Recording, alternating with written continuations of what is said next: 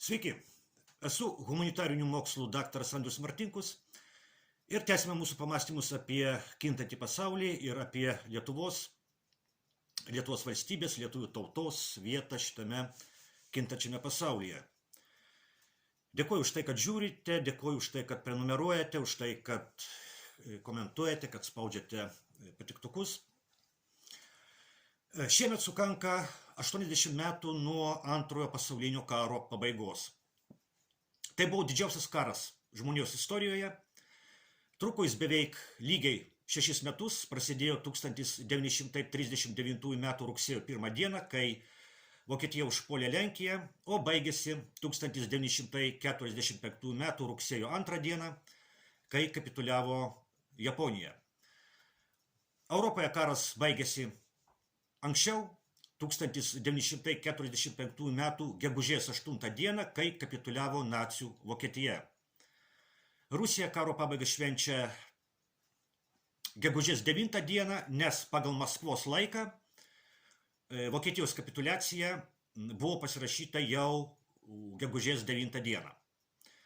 Antrajame pasaulinėme kare dalyvavo ir Lietuva, tiesa, ne kaip nepriklausoma valstybė, nes vykstant Antrajam pasauliniam karui 1940 metais Lietuva dėja neteko nepriklausomybės. Absoliuti dauguma lietuvių, kurie dalyvavo karo veiksmuose, kovėsi Tarybų sąjungos pusėje, nes Lietuva tuo metu egzistavo Lietuvos Tarybų socialistinės respublikos pavidalu. Lietuvių tauta buvo viena iš nedaugelio Europos tautų, kurios neturėjo savo karinių dalinių nacių Vokietijos pusėje.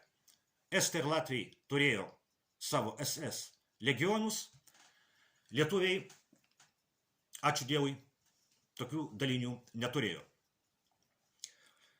Šiandien Europoje irgi siaučia karas. Ir tas karas yra didžiausias karas po Antrojo pasaulinio karo. Ne tik Europoje, bet ir visame pasaulyje. Karas vyksta Ukrainoje, kurioje kariauja vakarai ir Rusija. Karas Ukrainoje vyksta jau daugiau kaip 10 metų. Jis prasidėjo po valstybės perversmo 2014 metais.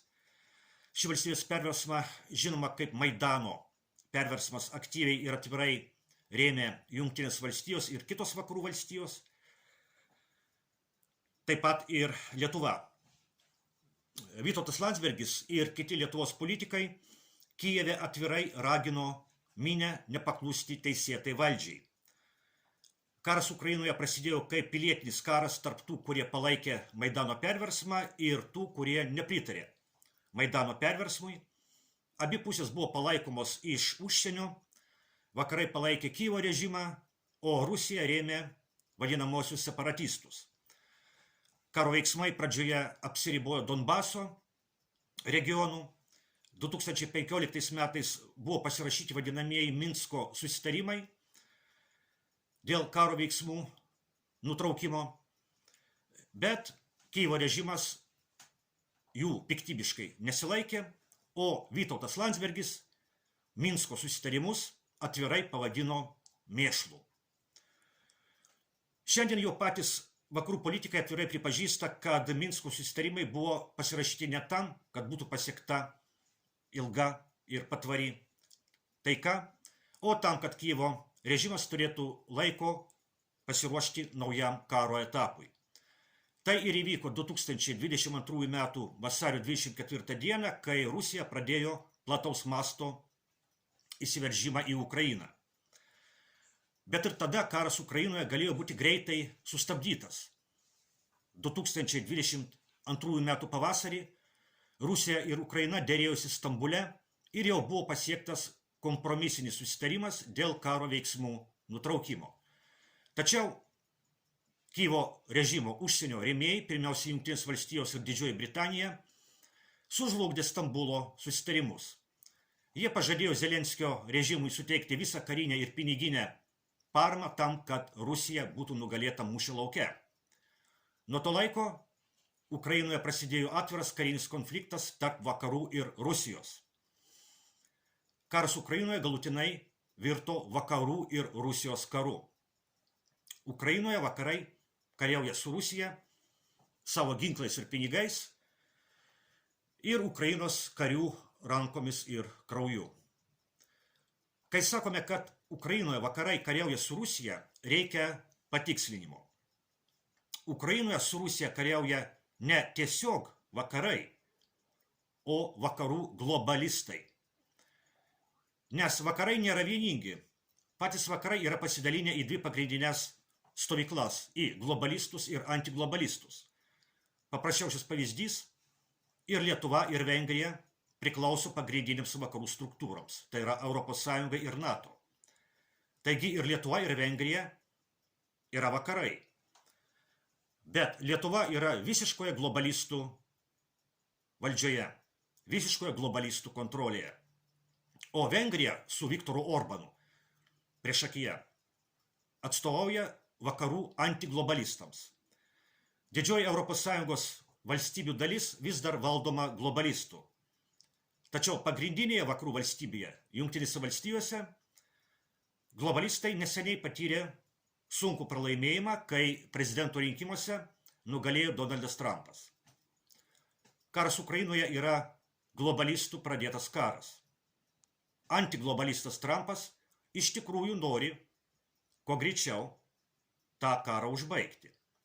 Nes pagrindinis Trumpo priešas yra ne Rusija ir net ne Kinija. Pagrindinis Trumpo priešas yra globalistai. Jungtinių valstijų ir ES globalistai. Trumpas norėtų užbaigti karą iki Velykų ir iki Antrojo pasaulinio karo pabaigos Europoje minėjimo. Šiemet vakarų ir rytų krikščionys Velykas švenčia tą pačią dieną, balandžio 20. O gegužės 8-9 dienomis sukanka 80 metų nuo Antrojo pasaulinio karo pabaigos Europoje. Taigi Trumpas norėtų priderinti karo Ukrainoje pabaigą prie pagrindinės krikščionių šventės, prie Velykų, kurios krikščionims yra Kristaus prisikėlimo šventė ir pergalė prieš mirtį. Kita vertus, Trumpas norėtų priderinti karo Ukrainoje pabaigą prie pergalės prieš nacizmo jubiliejaus. Aišku, kad globalistams tai būtų košmaras. Ir aišku, kad globalistai tiek pačiuose Jungtinėse valstijose, tiek ES tam visais būdais priešinsis. Pažiūrėsime, kaip viskas vyks. O kol kas Trumpas ir Putinas jau kalbasi vienas su kitu. Yra rengiamos derybų grupės iš abiejų pusių. Ir jau vien tai globalistams kelia didžiulį nerimą. Ir mes tai galime puikiai matyti iš jų elgesio ir iš Lietuvos globalistų elgesio. Lietuvoje globalizmas turi landsbergizmo pavydalą. Per 35 globalizmo viešpatavimo metus Lietuva neteko milijono savo žmonių. Globalizmas nužudė tuos žmonės Lietuvai. Vytauto Landsbergio gerbėja Nijolė Oželytė sakė, kad po 100 metų Lietuva išnyks. Ir tai bus gerai. Ir Ukrainos kare globalizmas žudo žmonės. Ukrainos kare globalizmas kariauja už savo išlikimą. Todėl Lietuvos globalizmas, žinomas kaip landsbergizmas, yra toks karingas ir taip nori kariauti Ukrainoje toliau. Ukrainoje landsbergizmas Ukrainos karių rankomis ir krauju kariauja už save patį, bet ne už Lietuvą. Ukrainoje landsbergizmas ir landsbergistai kariauja už save pačius, bet ne už Lietuvą. Tai reikia labai gerai turėti omenyje ir labai gerai įsisąmoninti. Todėl Lietuvos prezidentas globalistas bučiuoja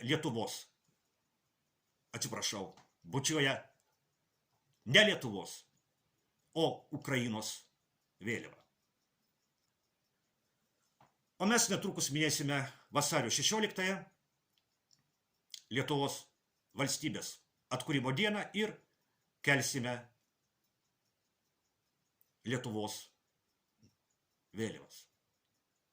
Taigi šiandien tiek ir iki kitų kartų.